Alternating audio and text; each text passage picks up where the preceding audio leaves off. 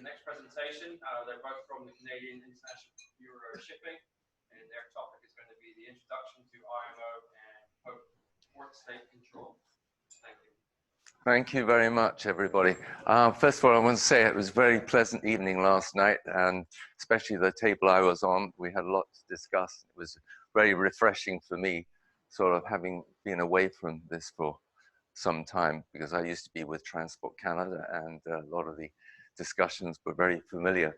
I'm very pleased that my sort of boss, Said, who was going to come here, Said Nazif, to give a presentation, he'll be looking in as well. So we might be dialoguing between each other once in a while. Anyway, thank you for, I think we have an hour. I don't know how long the actual presentation goes on, but I know I've got an hour with questions and the actual presentation. So of course you're familiar with your own logo, and that's CIBS logo. And as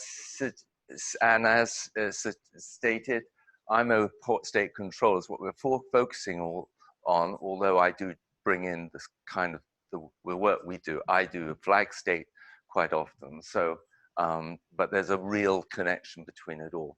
It's more focusing on larger ships, recognizing that this is a marine community. A lot of those of you here are in the construction of pleasure craft, big pleasure craft, commercial craft, domestically anyway. So some of you know this background, others of you don't. So anyway, it's a good refresher. Of course, I left my stick behind. What have I done with my stick? I probably there we are. There we are. Yeah, that's the first faux pas of the day, isn't it? So anyway, let's move on. So this is like Side's little rendition. I guess it's the first cruise ship that ever. I don't think they had coronavirus in those days. Anyway, thank you, Side, for that. Shipbuilding, of course, as we know, we go back years and years, 6000 BC. Then you know, we had evidence of ships sailing, particularly in the Mediterranean. Didn't have, of course, in those days didn't have engines. There were, you know, wonderful Greek rowers or others, and then we had sail, and I admire what they had to put up with in those days. But construction, of course, was important, and that's making sure that as far as possible the ships were seaworthy as far as possible. So time moved on, and in the 1600s, of course, you had all these, oops, I've gone too far. You had the different sailing ships, brigs, barkentines, brigantines, so all of those wonderful terms, clippers, and but of course, you know, it was a lot was focused on the actual beauty of these ships, not so much on stability and the whole proportion. So so then, of course, one particular ship, you know, as I said, it dealt with the geometry and the lines and traces of ships. The drawings of the ships were similar to those of luxurious houses with elaborate decorations and designs. Thank you, Said. That's a great description.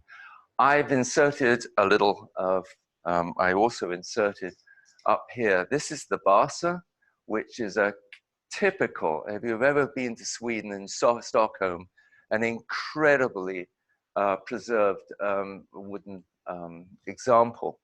And although it's deteriorating in the museum, the history is such that in 1628 she capsized, leaving Stockholm. Within 20 minutes of leaving the berth, I understand, the second gust of wind sort of hit the ship and she capsized. Why? Because she didn't have the stability that was required in order to support two gun decks, 64 guns on the decks.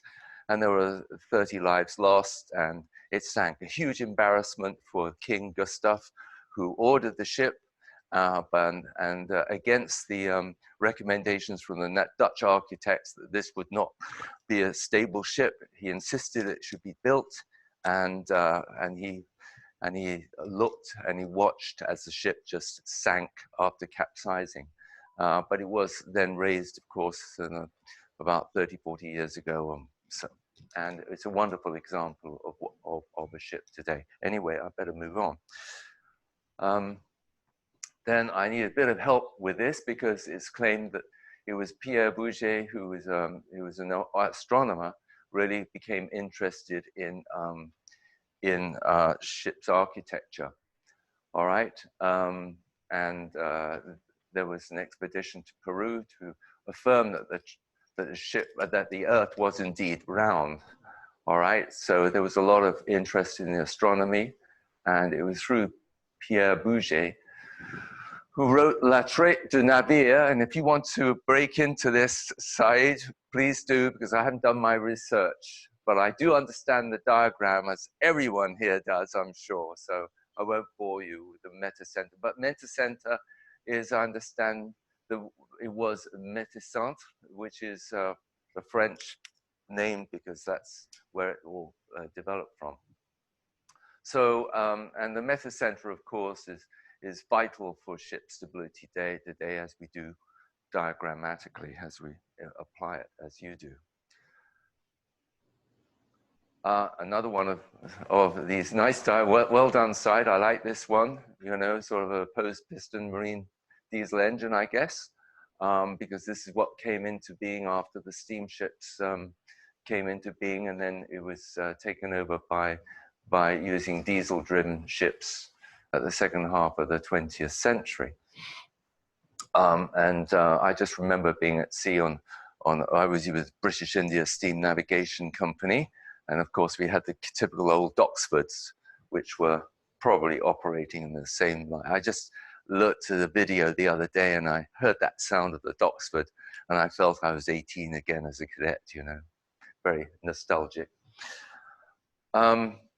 So regulations, of course, that's specifically what I was doing in my last job as well. But why regulations are made? Well, I don't have to tell you, you know why. And of course, they have to inscribe a whole host of, sorry, there we are, of areas such as to ensure that there's sovereignty rights between countries, and there's justice, there's a financial component, and of course, there's health and safety, and I've got to thank John for his last presentation dealing with safety on board. It's a great refresher for me when doing surveys on board. But this is also for the crews, because it's the crews and the officers who have to conduct jobs on board and go into enclosed spaces, etc., and to deal with emergencies on board. So safety is very much an issue on board. Larger ships, definitely, and also whatever ship you're on, even windsurfers, making sure you've got your PFDs, although I never see people with PFDs, but they're supposed to have PFDs, anything that's in the recreational community as well, have to observe the safety requirements. Security, as that's since 9/11 certainly, that there's a marine component there for security.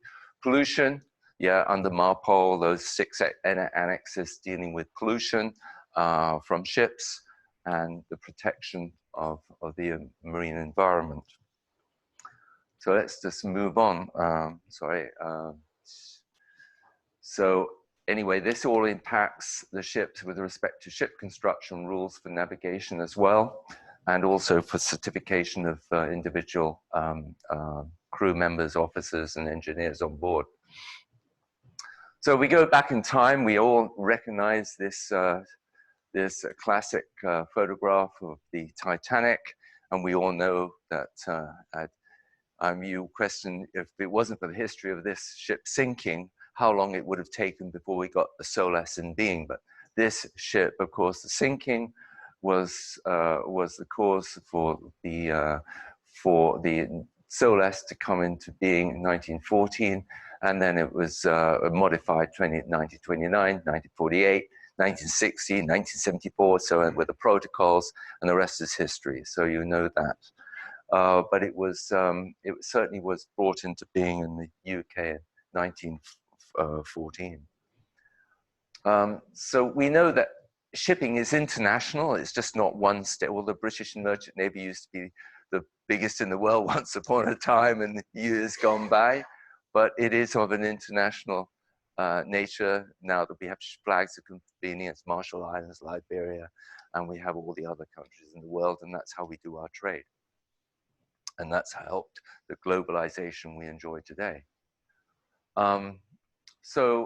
It's been recognized that we have to improve the safety and to bring it up to an international level so that all the ships, the flags of the world are consistent. We don't have different regulations for different ports, and although there are some, there's a little bit of tolerance there, but by and large, when ships come into port, I'm talking about the big international ships, foreign going ships coming into port, then indeed, you know, there's a consistent approach, consistent standards that are recognized internationally. So that brings us to the International Maritime Organization,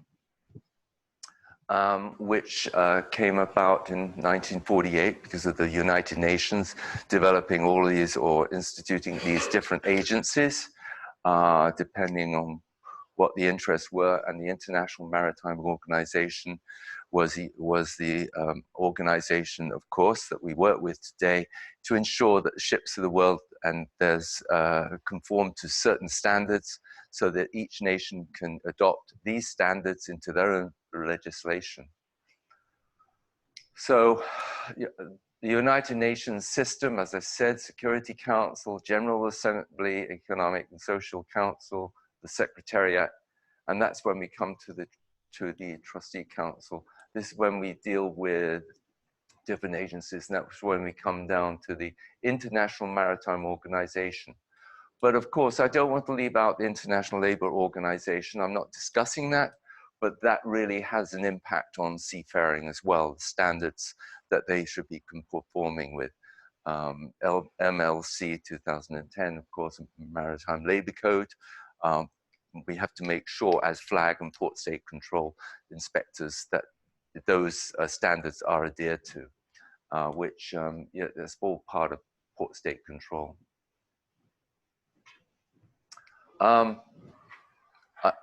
Was there, oh, sorry, somebody. Questions will be afterwards, I guess. So here we go. This is the International Maritime Organization, situated in London. And there are the details, but I know you can capture this very quickly anyway on the internet. I've been there a couple of times when I was working for Transport Canada. Very interesting place. And actually, I was dealing with the Marine Environmental Protection Committee at the time. So what does it consist of? The bodies at IMO, like any organization, be it ecclesiastical or an organization you're familiar with, there's a hierarchy, and as you have steering committees, working committees, subcommittees, well, similarly here, we've got the assembly, which is composed of all the members, and the council that I'll get into in a minute. And then you've got all the committees, and under the committees, the one that leads port state control and all the inspections deal with all of those subjects, in particular the loading of bulk liquid gases, flag state implementation, the responsibilities there for each flag state, navigation. So I can just enlarge on this in a minute. So the Assembly is the governing body of the IMO, is the Assembly, called the Assembly. And as I said, it consists of all the members who are members of IMO, and it determines the focus and the work of the programs, and it votes on the budget because it is costly, which, you know, I don't know whether everyone pays up right up front or not. I'm not part of the interest there. And they meet every 2 years. And it really is, yeah, so it's a real experience being there as far as I'm concerned, hearing not just the members, but a lot of observers and statements and NGOs who've got interests outside of just the commercial business of shipping. So again, The council performs functions of the organization. It deals with policy making, and drafts of international instruments and formal recommendations must be approved by the council. All right, it's made up of 40 members elected by the assembly for 2 years. So after 2 years, there's another election. You get different member states being representing the council. Now, the Maritime Safety Committee, as I said, is made up of member states, that's the Maritime Safety Committee. Deals with all the safety aspects on board the ships, you know, be it firefighting, dealing with the abandoning ship, the lifeboats, liferaft, all the new technical appliances coming in, and they will all be discussed and voted on, coming out with new levels of regulation for regulations for partners to or for other nationalities to administrations to impose in their own language. The legal committee, the MEPC deals, of course, with all the MARPOL requirements, Annex 1 to 6, oil, chemicals, garbage, but I'll come to that in port state control shortly too, because it's a big focus. The legal committee, I don't have too much to say on. Technical Cooperation Committee coordinates the work of the IMO in providing technical assistance in the marine field. I actually had the pleasure of going to the Caribbean years ago because they needed help with all the pollution that's happening from pleasure yachts. Actually, it was more, they called it nautical tourism, and they wanted to come out with a code of conduct, and there were a lot of high level IMO people there. I had been brought down from Canada, and I was part of that, which was a great privilege. And they did come up with a booklet specifically for tourism, because there was a lot of garbage that's floating around in the Caribbean. It's quite frightening. And then you've got the Facilitation the Facilitation Committee is a subsidiary body of the council which deals with the IMO's work eliminating unnecessary formalities. IMO's objectives, again, it's to promote maritime safety, security, and prevention of marine pollution. As you know, ships have had bad names, certainly in the latter part of the last century. I mean, I'll get into some of the casualties, but you know, the general public just doesn't understand a lot what improvements have taken place in shipping over the last 20, 30 years. So it's important that the International Maritime Organization holds up all of these good interests to ensure that ships don't pollute. So here we got another slide on the IMO. So of course, it is important. You can't just have international regulations. It's meaningless unless it's brought into each country's legislation. Like in Britain, you know, the Merchant Navy, you know, the British North, but the acts in the UK, been away for too long, I know I sound it. But in Canada, you got the Canada Shipping Act, of course, which was amended in 2001, big time. That brings in all of the adopted principles or the regulations, international regulations, inscribes it within the Canada Shipping Act, so it becomes national law. And the same happens with the rest of the countries as a signatory to IMO as well. Some aren't, like Taiwan, for instance. It's a little different because it's one China policy, but it's a separate country. They're not part of IMO, yet they do have a lot of ships. So they flag a lot of those ships offshore, but they do have their own flags as well. So they have some difficulty in making sure that the ships comply and are not impeded by port state control inspectors because they're not signatories. So when a government accepts it, an IMO, it agrees to make it a part of its own national law, just as I've said. And so the flag states introduce their own instruments, but they're not, sometimes they aren't exactly the same. Maybe there's some little reasons that they want to adopt a close approach, but it's not exactly identical.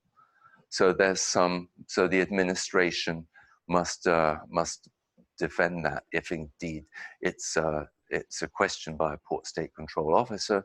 Well, the administration for the ship actually would counter that, and if it's very close to the equivalent safety standards. So these are some of our principal international documents that we deal with. You recognize SOLAS, MARPOL I've mentioned, SOLAS, the standards of training, certification, and watchkeeping. That is very important for port state and also for flag state to make sure that the officers on board are indeed qualified and they meet the standards and they've got the certificates that are being asked for, all right? And don't forget, you've got some, you know, on the Marshall Islands ships, they should have a Marshall Islands certificates, notwithstanding the crew actually might be Philippine or come from Eastern Europe, and their original certificates were sort of gathered from those individual countries. And then that is what we're still seeking, is that the flag has accepted those certificates and they give them the flag certificates, licenses on board those ships.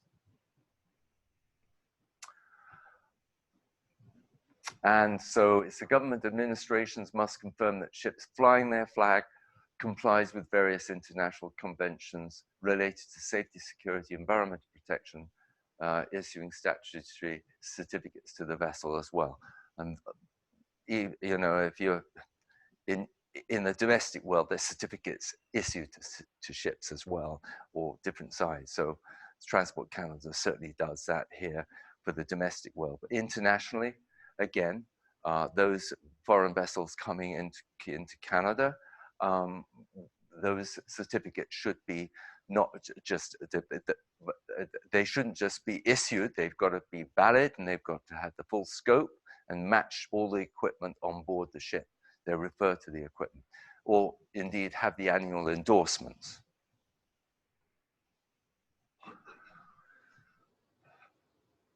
Okay, so as we know, the actual certificate, the actual inspections for ensuring ships do comply with the national standards can be delegated to ROs, responsible organizations such as CLASS, Lloyd's, ABS.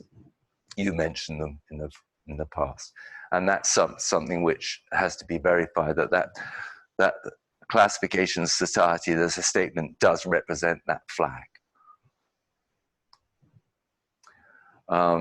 And as I said, certificates are issued after the initial renewal survey, which complies with the relevant requirements. So it's really good for port state or flag state to sometimes look at the small print to make sure that those standards are met, because there are some options. For instance, sewage treatment plants can have 3 different or 4 different types of plants there, sewage treatment plants, and sometimes you have to make sure that complies with the actual unit on board the ship. Okay, there must be the original certificates. We can't just have the photocopies, so this will be made sure that those are original. And as we said, sometimes you do come across ships that don't meet the obligations of the flag or internationally, and so then there are problems with the port state, and the ships will then go through some closer inspection. This is the Brer. Of course, these are ships that were unsafe, but there's a story behind this one, of course, as to why she ran aground. I don't remember the details, but I was to understand there was more oil that was, during the storm, ended up on the sheep that were just grazing. This is up in the Hebrides or the Shetlands or whatever. And it was a terrible mess. And these poor sheep were covered in oil. Awful. So that's the Brer. And of course, there are other accidents. These are substantial accidents that have happened, groundings and casualties, which all led to, in the end, port state control. So there was a special committee set up on flag state implementation to improve the performance of governments to ensure that ships don't become substandard, especially tankers. So that brings us to port state control, because the ships, particularly around Europe, which had been causing a lot of pollution, such as the Brer, the Erika, and then we had the Imoko Cadiz, which was really, that was the final straw before the Europeans got together to find out how can we impose restrictions or to uphold the standards of ships coming into our ports in Europe. So the grounding of the Imoko Cadiz is huge amount of, it was huge poor publicity for the marine community or shipping community worldwide. So I'm sure you remember that time. The owner operator, all these ships, as I said before, we know that you can have a ship owned by a certain nationality. It can be flagged elsewhere, crewed somewhere else, or crew come from another nation. Recognized organizations can change. So port state control was a real key thing to have to make sure that inspections can become harmonized. Also, all of these complications, when you get a grounding or a pollution, you've got all of these aspects to sort out. So 8 European countries met and developed a memorandum initially called the Hague Memorandum that developed into the 14 European states, which is now 27. So the MOU on port state control was brought into effect, commonly called in Europe the Paris MOU. And Canada actually became part of the MOU in the early stages as well. So that was, probably the 80s, 90s. And that's when port state control started in Canada for our ports. So we would be training our inspectors, Canadian inspectors, used to go over and train to make sure there was a consistent application of their approach to inspections. So there are now regional port state control agreements around the world, and there are 9 of them, so that the globe can be pretty well covered off depending where the ships go. So if there's a substandard ship, they aren't going to go very far. They want to trade normally and get revenue. They have to go to countries which have adopted port state control MOUs. As you can see, the Paris MOU and the Tokyo MOU, which is highlighted there, are the 2 that Canada is responsible for. And so really you've got to work with the 2 organizations. Some inconsistencies sometimes, but by and large, this is what Canada has to ensure. I think Paris MOU, because it's so established, is just, normally gravitate to the principles of the Paris MOU because it was the first out there, more mature, and a lot of information is there. Viña del Mar came into being in South America. Actually, I had the privilege of speaking down there at one of about pollution, and it was through the port state control request. Then you've got the Caribbean, Mediterranean, Indian Ocean, Western Central Africa, Black Sea region, and then you've got Riyadh, which came into being in 2005. So it's pretty difficult for a ship to escape these MOUs. And that gives the pictorial description of the MOUs around the world. See, all along that, just colors represent which areas would be representing the port state control regions.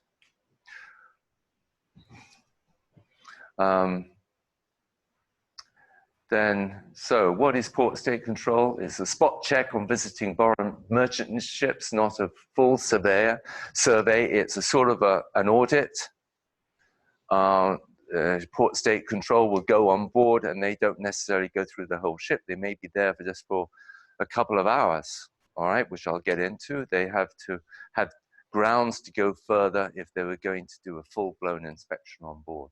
It's a harmonized system, as I said. So what's done in Canada, the approach by its inspectors would be the same as if it was in Australia for the Tokyo MOU, or in Britain and France under the Paris MOU.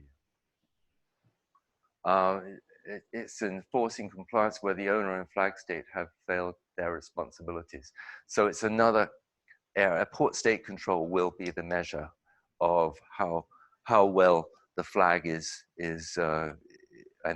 or rather the ship is being run and certificated and being safe, and the flag administration is performing their duties.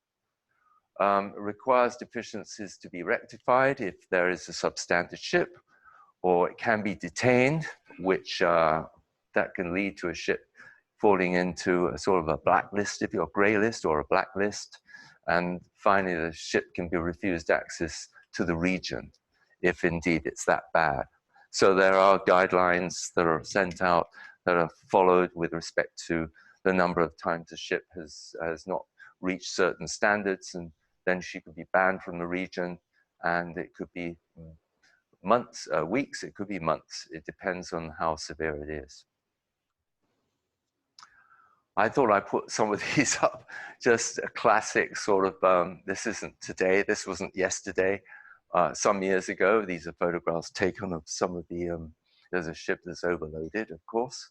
And maybe it's a grain ship, but you can see it's sort of substandard. There's a typical sort of fractures you might come across in your world as well with smaller vessels. There we are. These are not exaggerated, but these are major defects, which seldom you're going to find these on board ships now.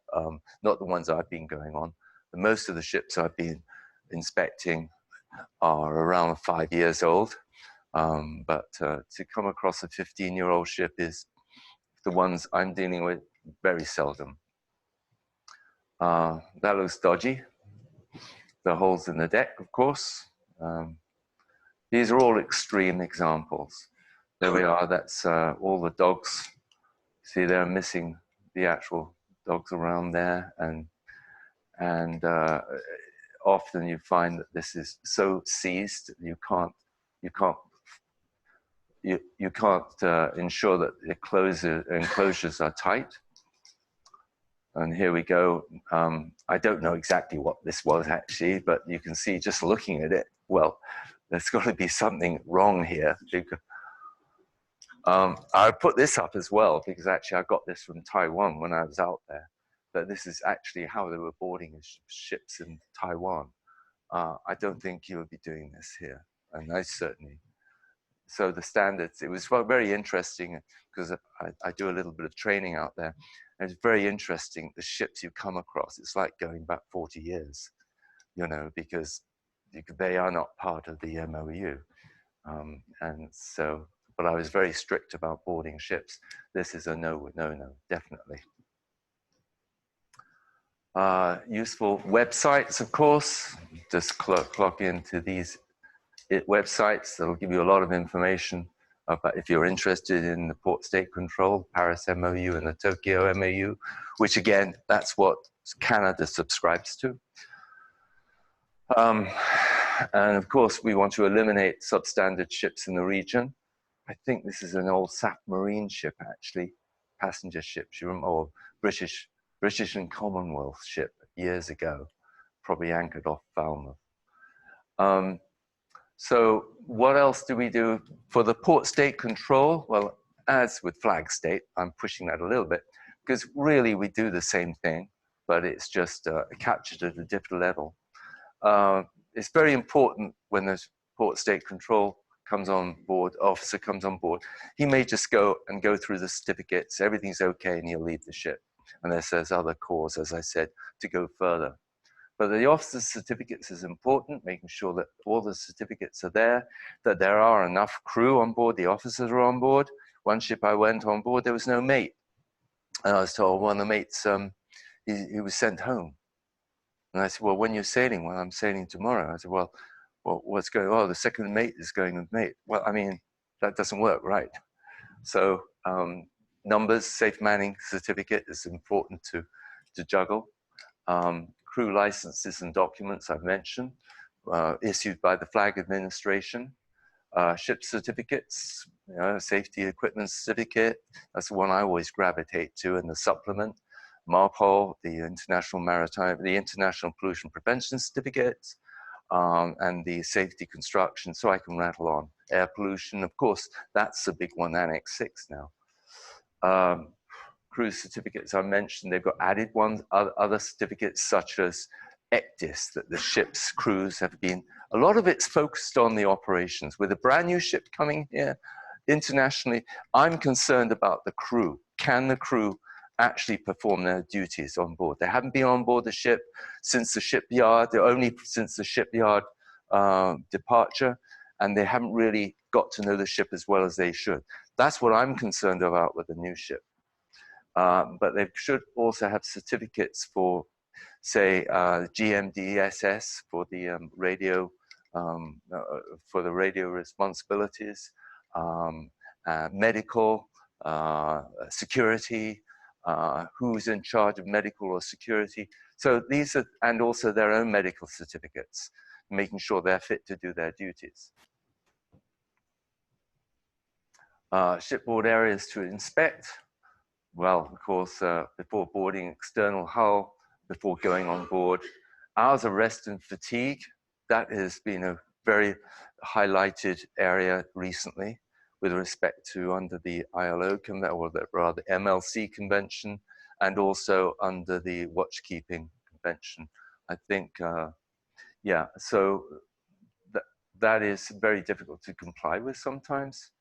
ISM code speaks for itself, maritime security, with respect to the gangway, you know, that the there's a gangway watchman on board, that it's MARSEC 1, MARSEC 2, that they've got all the grills in place, they've got all the lockers closed, they have their drills to make sure that if there was a security risk, be it you know, an extreme thing, a bomb threat, or a stowaway, which isn't so serious, but nevertheless, it's all in part and parcel of security, marine security. Wheelhouse, navigation deck, of course, we've got navigation equipment that has to be checked out. Radio, the compass deck, well, actually that's Monkey Island, isn't it? And the compass itself, external superstructure, the condition. So these are things you understand. The boat deck, instructions, how to launch life rafts, lifeboats, the free-fall lifeboats, or so and so forth. Here we go. Main deck area, hatch covers, and hold access. Again, making sure that the ship's holes are indeed protected from the ingress of water, and all the rubbers around the hatches are really tight and renewed frequently. And also the drainage areas do work as well, the little non-return valves on the hatch. Now I come to the promotional aspect of CIBS. And Sai, do you want to say anything particular here? Yeah, okay, thank you. Thank you so much, James. Actually, just a very short introduction to our team. We are 9 inspectors. We cover from the east to west coast of Canada, 3 permanent surveyors in Vancouver, and we have Scott Kennedy in Halifax. we have in Quebec, Montreal. We are all 9 surveyors, and we are all master mariner or chief engineer, ex-Lloyd Register or ex-DNV or ex-Transport Canada. So mainly, as James mentioned it, we work with government. We representing the Panama, the Liberia, the Marshall Islands, and many other flags. We have now about 12 or 13 flags that we represent in Canada. So when foreign ships from Panama come to Canada or from Marshall Island, and it have to be inspected annually, and depending where is the ship in the region, so the government will contact us directly, the head office, and we going to delegate the work wherever the job is. As James, you know, he can go on board and do the full inspection on behalf of the flag who hire us to do the inspection. And of course, we are maintaining a quality management system. We are in ISO 9001-2015. We are a CDI inspectors, and we help a lot of our Canadian clients, mainly when they're going to go abroad to change the flag. We are the deputy registrar for now, I think 6 flags. So we do a lot of changing flags from Canadian to foreigner flag, mainly when the ship is going for one trip for scrap. So they prefer to change the flag and change the crew and change all the classification societies. And this is what our duty to help them. So that's, I just make a very close things, you know, to introduce our company. And again, thank you so much, James, and thank you for the IMS to inviting us to do the presentation. Thanks, Saad. The next slide, maybe if you go for the next slide, I'm just going to tell that we are mainly moving a lot with the training. We have about now 12 training approval by Transport Canada. So all the mandatory course under the STCW, we are now the CIPS Academia capable to deliver the training. And actually we have access to Transport Canada database with a password, and we deliver the certificate to the Seafarer, of course, the Canadian one. And same thing, we are approved as the Maritime Academia by the Marshall Islands, which is the Marshall Island is the 2nd biggest flag in the world after the Panama. So also, I just want to mention that we are also a training institution. Thank you. Thank you. All right. So I guess we're at the question period. And Sai's not running away either, because if I can't answer it, he'll try and help me out. No, I'm here. Okay. Okay. So it's been anyway, any questions? Yeah, great. I'm just going to get that microphone off you, because otherwise they won't hear online. So Okay. let me just ferry around the microphone. Okay.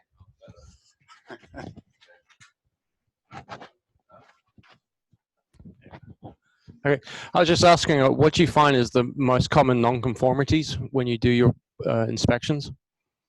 Well, it's nice and engineered, so if you gravitate to the engine room, I'm on the deck, so I'll be gravitating to the bridge. Okay, from a more minor point is often you find that older equipment isn't being used, like the magnetic compass is often you know, hasn't been used. It's on the Monkey Island and it's just neglected. But in today's world, you think, well, it's a minor thing, but actually it is very important. You still got the conventional magnetic compass, and that often is being subjected to, you know, neglect. I would say, I don't know whether you want to take on from this side, but I would say I am having difficulty more recently with fire drills, the operational side, and abandoned ship. There's on some ships, they have been rather lax. So I've had the drills performed a couple of times, but I mean, I'm speaking as a flag state inspector, but it should be no different from a port state inspector. Actual defects, more often than not, again, it's probably dealing with some of the safety equipment on board. structurally, you know, I mean, they've been inspected. I mean, don't forget, flag state, well, flag state's more of an inspection. Port state is an audit. So you'll dig deeper if you find out that, hey, wait a minute, that certificate doesn't seems to be questionable, in which case you'll delve into the actual equipment and see what the difference is. So they'll get into some deeper inspection tactics. Yeah, I would say, let me see, hours of rest I've had problems with, you know, it's where hours of rest haven't been conformed with, but they should be, and it shouldn't be fudged, you know, but shipping is shipping. And I used to be at sea, and I know very well the hours that I used to work, and it's well outside of today's hours of rest. Syed, do you want to add to that? The main problems you found on board? It is a good question. Actually, like if I was said 50 to 20 years ago, mainly the critical deficiency or the critical equipment that we find was a safety equipment, such as a fire pump not working, or the lifeboat not going down, or but these days, to assure you that most of the Canadian ships, after the posting control thanks for Transport Canada, they took full control to eliminate any substandard ships coming to Canada. So we don't really receive a lot of any substandard ships that really lead to a detentions. Even though ourselves, we have the full power to detain the vessel after our inspection. If a major critical equipment is not working, we're going to detain the ships until it's been fixed and tested and witnessed, and to allow the ships. So the most, I would say, deficiency that we find in Canada, because we do also abroad, it's mainly ISM, some equipment of the quality management or training do not took place. Like James also mentioned about fire drills, they don't practice enough the fire drills. So we give them the best advice to ascertain that the fire drills is taking place. Is that will answer? Yeah, thank you. I have one other small one again, but more in your world as well. The rescue boat on board these large ships was for man overboard or for other reasons. I always get those lifted, swung out, inspected, equipment, etc. And so many times you find that the outboard engine isn't working. Even a PC ferry got grounded not long ago for that one. They grounded the ferry with no sails. Yeah. Yeah. Well, I mean, you know, when you really need it, you need an outboard engine for a small craft. I mean, you know, and you can't get that thing going. You know, that you need it now. I mean, even when it's working properly, you can't get down to deal with an emergency fast enough. So I find that I always home in on that every ship I go on, I make sure, although it's not specific, I will make sure that, well, that's my pet peeve, basically. Yeah.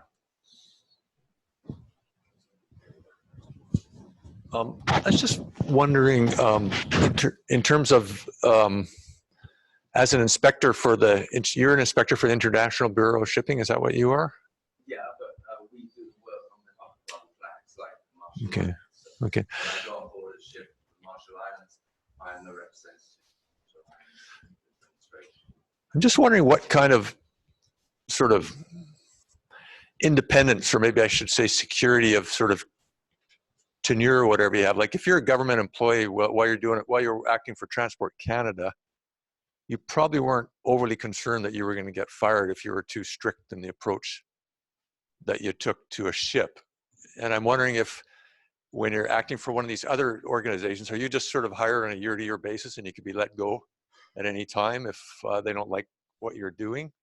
Or are you relatively confident that if you take too hard a line that you'll still have a job 6 months from now or something like that? My answer is simple. That is, you know, my boss is there and he could fire me anytime. He'll say, James, I'm not appointing you anymore. No. Can you answer that, Syed? Yes, certainly. It's a good question. You see, we all have, we work with the government, and with the government, not Canadian government. We represent foreign ships coming to Canada and it's the government of Marshall Island or Panama will contact us to ascertain that the ship, and this is annually, to ascertain that the ship meet the minimum requirement for the international trade. So, so for us, it's not an issue to be strict. And actually, the flag or the government request us to please, we do not want to see any deficiency. So these days, life have changed. It's not like, please, Mr. Inspector, let me go, and or if you are too strict, I'm going to fire you. Is the customer, which is the government, would request us to be very strict. And as James and myself, everyone, we try to do our best not to find deficiency, because every deficiency found on board the ships by different government, such when the ship coming to Canada and Transport Canada on with the hat of the posting control go on board and find the deficiency, he will put it on their website. And so there's no more a government or a flag administration want to see their name in the website that the ship has been detained or deficiency and so on. So and there is more you have deficiency, more the administration. When I said administration, which is the government, like Panama, Marshall Island, and so on, you have three categories. You have the white list, the gray list, and the black list. So government do not want to see themselves in the blacklist. So actually they ask us, please do your best and please dig as much as you can to find deficiency. And this is our duty, is to ascertain that the ship, so nobody will fire us because we are strict, and actually they're begging us to be as strict as possible. Can I just add to that, Saeed? I would look upon our role. I mean, I'm going back into flag state. The flag states, I mean, I'll attempt to get on board the ship before the port state come on board. We're the filter of problems. So we'll capture the problems to get them addressed, if possible, before the port state come on board, because they're the ones, you know, more of a black cap guy. I mean, I used to work for the organization, but they're doing their job. The port state, they've got a very, you know, they represent the public of of the country being visited. So it's important. So the flag state will make sure that you dig as much as you can, but you're a little bit more of a friend to the ship and the master, because you want to get things right. But you'll write them up what the issues were, and that will be sent back to the administration, who will who will send it to the DPA, and the DPA will make the designated person ashore will make sure that that is fixed. So it's a sort of a circle, if you like. It's a good process. Then the port state control should come on board and not find anything that is different from the flag state. But it does happen. It does happen, you know. Anything else? And this is an annual inspection wherever the ship happens to be around the world? Okay, well, now, if you're talking about flag, yes. Yeah. If you're talking about port state control, they've got the Paris MOU and the Tokyo MOU. They select ships differently, but Canada has to honor both systems. Whichever is more strict will be applied. You've got what they call the P1 ships, or priority 1 ships, priority 2 ships, depending on the record of the ship, the actual flag of the ship at the time. I'm talking about port state now, or the you know, the classifications, the history, how many deficiencies, etc. There'll be points scored against the ship, and she would be inspected more regularly. Maybe she's going to be inspected in 3 months' time, as opposed to a clean ship coming in, and then she falls into maybe a 12-month or even an 18-month. She's a very low risk. So we have a risk profile under port state, all right? We don't have that in flag state. Flag state, we just go on board and we will inspect the ship annually. So I've got 2 more questions here, can I? Yeah, my question to Saeed here. Saeed, do you provide an ISPS training for seafarers? Yes, we are approved by Transport Canada and the Marshall Island, the government of the Marshall Island, to deliver the training course and to issue a certificate which is recognized by Transport Canada and by the Marshall Islands. And how often the course is placed or planned? Like Actually, we do it by demand. You know, even if sometimes it's two people. We had actually yesterday Captain Drago in here. We had one guy begging us, please, I need the certificate to get the job. And we tell him, okay, come on in, and he give it on one-on-one. So compared to other administration or other school who have to wait 10 or 12 people to deliver the training, right. even if it's one person, we can make him, you know, to help the industry to move back on the sea, you know, and so on. Okay, thank you so much. Yeah. Okay. Yeah, I got a couple of questions here. What is considered as an original document that require for certificate? Because I got a couple of cases now where the port state Facilitation 17 because the original was not accepted, although it was taken from the electronic file, and he would not that as an original. He looked at a copy and put 17 citation. That's for the P&I club coverage, and also for certificate of wreck removal and bunker convention that was sent but had not received or got on board the car. The original had not received the ship yet. He got the copy and verified copy from the certificate, but not the original on board. And secondly, lately we found that the port state waiting for a ship coming in after being sitting in 2 to 3 weeks at the anchorage, and then they put citation 17 on, no fresh fruit on board at the time they're coming to berth. And of course there's no fresh fruit on board, but it's ridiculous. And so there are two questions there, right? It's detailed, and I can't speak. I mean, it's sometimes a story. There are 2 stories, 3 stories, and I'm hearing from you. And I mean, all I can say is the first one deals with the bunkering and the bunkering receipts, as I understand. No, certificate. From the government, from the administration. They were sent, but then because of the yeah.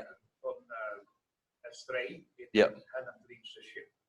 But they got the copy on yeah. the email. Okay. And verification that was issued and all of those things. Yeah. And for the P&I club, they issue only electronic format. Yeah. And electronic yeah. sign, which the port will not accept. And that was here or was in here? Well, again, you know, I can't speak to the detail. I'm just saying that from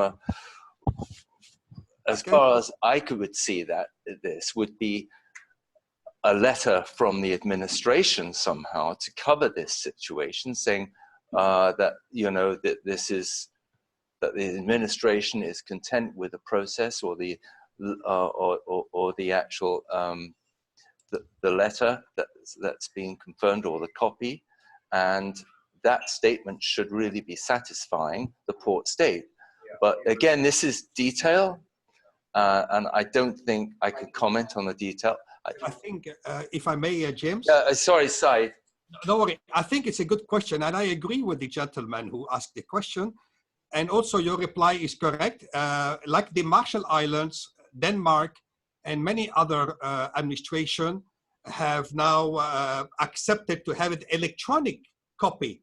As you know, every ship, they have so many certificates, radio certificate, construction certificate. There's, I don't know, maybe 50 certificates they have to carry original on board. But now with the facilitation, they have electronically copy is accepted.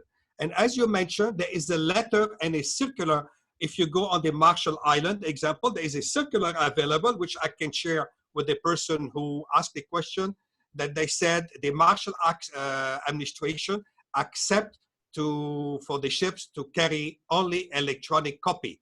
But this circular with the letter have to be in the file to confirm if posting control come on board. He will reply, yes, we don't have hard copy, but we have the administration confirming.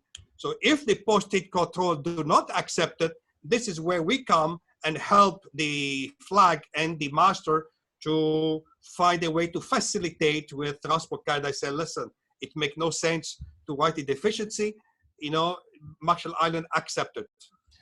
Again, it's the flag that has the responsibility for that ship, and to demonstrate, and if it's okay with the flag, then it should be okay with the port state, if the port state control officer knows what his business is.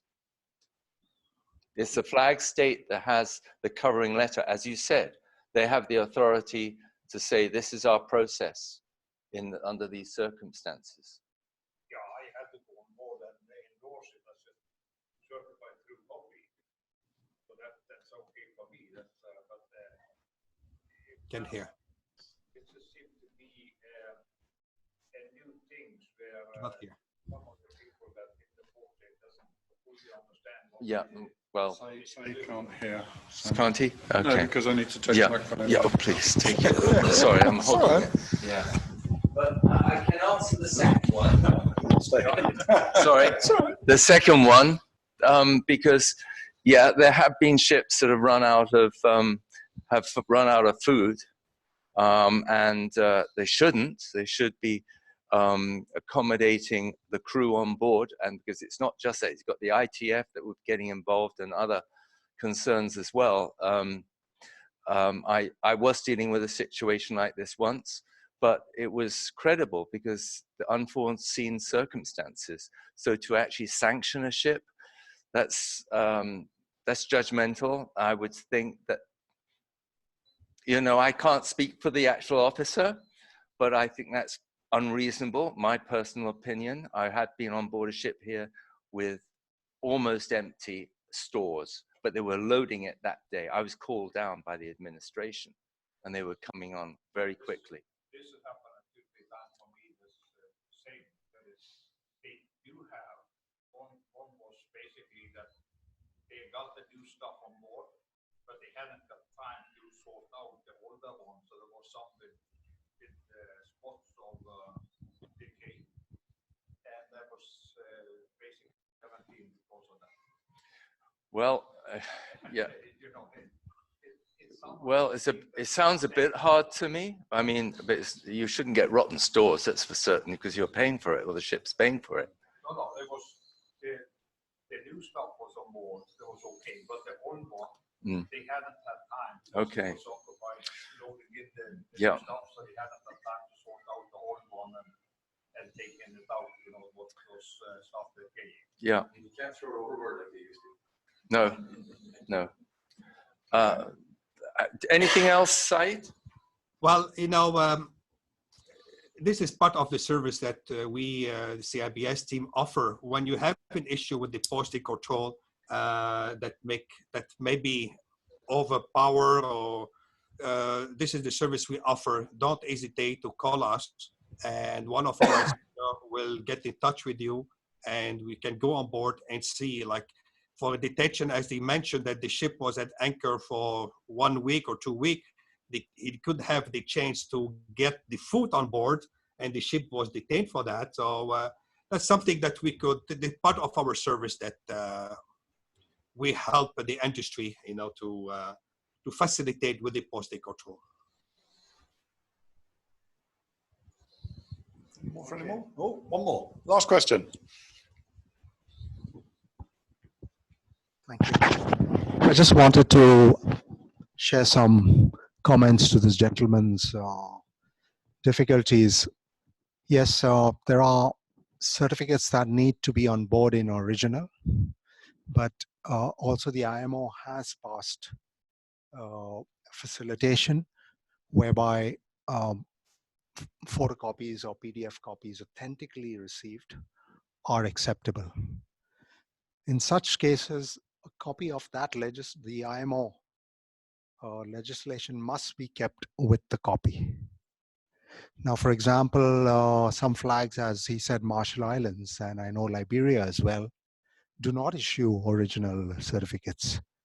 they issue them only in electronic copy. But they insist that their electronic copy is filed on board with the IMO authenticating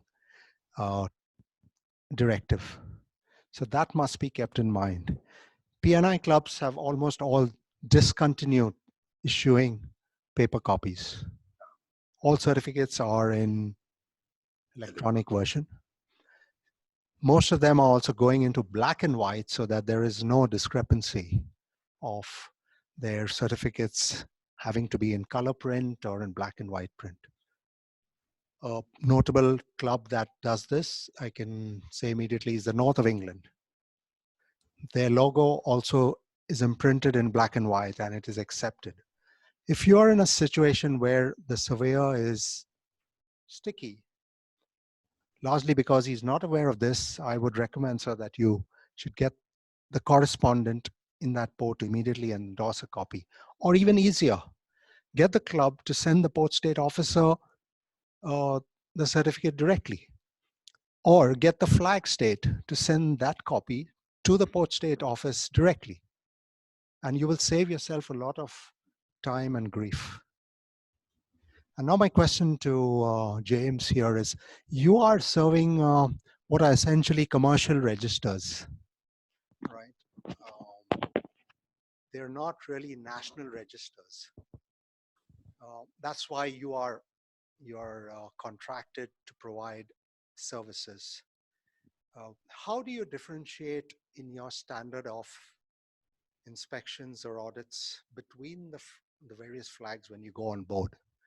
Now, I heard the comment that the flags, your principals are begging you to record deficiencies.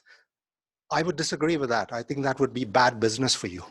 All right, to be recording deficiencies galore, because your principal is going to ask you why. He's going to be at risk for losing that ship from his flag, and you are going to probably lose business from him. So let's be pragmatic and practical here. That's not what's going to be accepted. So how do you differentiate if you're going from a Marshall Island flag ship to Panama to another flag from wherever, in terms of your variation, your differentiation and standards? Because that also matters. There are owners who look for the more benign and lenient flags for these reasons. Now, when you as a third-party commercial inspection service go on board to inspect, you will have to respect those different degrees of safety or security standards as might be required, even though the arching legislation is the same. I can reply to this one, James, if you want. Okay, you go ahead, Saeed. Thank you so much, my colleague who asked those questions. And in our reply and in all our inspectors, we are paid by the flag. You know, the flag is our clients. And I can assure you, even the DPA will request us, you know, to be as hard as possible, with always with tactful. I mean, we're not going to write a deficiency for something, you know. When we see deficiency, we mention to the master. If he fixes it immediately or whatever, we don't even write about it, you know. Most of the flag or most of the ships, when we go on board, we are here merely to help also the master that the ship should not be detained or find a deficiency. So I would not agree with you that we are worried about our job. And James can confirm more. We do meetings monthly, and we continue confirming that we want to continue the most professional service we provide. We are not caring that if we have a job tomorrow or if Marshall Island or Panama decided, said, Saeed, you and your team are too much strict. We are going to continue to be not necessarily strict like with the attitude. We can continue to be very professional, but if something is not working, we're going to inform the master that, Captain, you better fix it, you know, and if you fix it, we close it. It's better than a government like Postal Control come on board, find the deficiency, detain you, and put it on the website. and you're losing, you know, your reputation. You're losing your chartering system, you know, because when you charter a vessel, more you have a deficiency or detentions, more the charter payment will go lower, you know, to writing. So anyway, I'm talking about CIBS team that we are treating the same inspection as for Panama, as for Liberia, because we also Liberia, we also Panama and Marshall Island in the same way. Everyone have a different checklist, but of course, before we detain or before anything, you know, the inspector on the field will call me and I'll be in touch with the flag and seek his opinion. And most of the time, also James had this experience, we reply, we get the information from the flag, please detain the ship, do not allow to sail. And we do it, you know, so I don't know how it was in your time, but we are not looking for a financial or commercial issues. We are here for the safety of the ships and the people on behalf of the government. Can I just add to that? Yes, I mean, this is Port State IMO presentation, and we drifted into this because we do the flag states. I don't have a problem myself because I only do Marshall Islands. I have one standard, and we got a very healthy group. There are about 4 of us, and we make sure we're consistent. One guy used to work for Lloyd's, the other 2 is transport as well, and very experienced in Port State. So this is dealing with the flag state. There are audits also where an inspector from the States can come up and they will work with you to make sure that you are keeping a standard, or they'll audit your reports. So I think there are safety nets there to ensure that the standards are met. Me personally, well, fortunately, I don't have to do this. I'm doing this because of my marbles, to make sure that I keep my marbles. So I'm never swayed. And if anything, I've been criticized for putting too much in. Thank you. Right. Lachlan.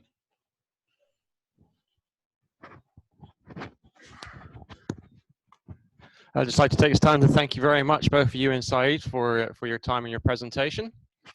And just to let you folks know, unfortunately, I've been informed that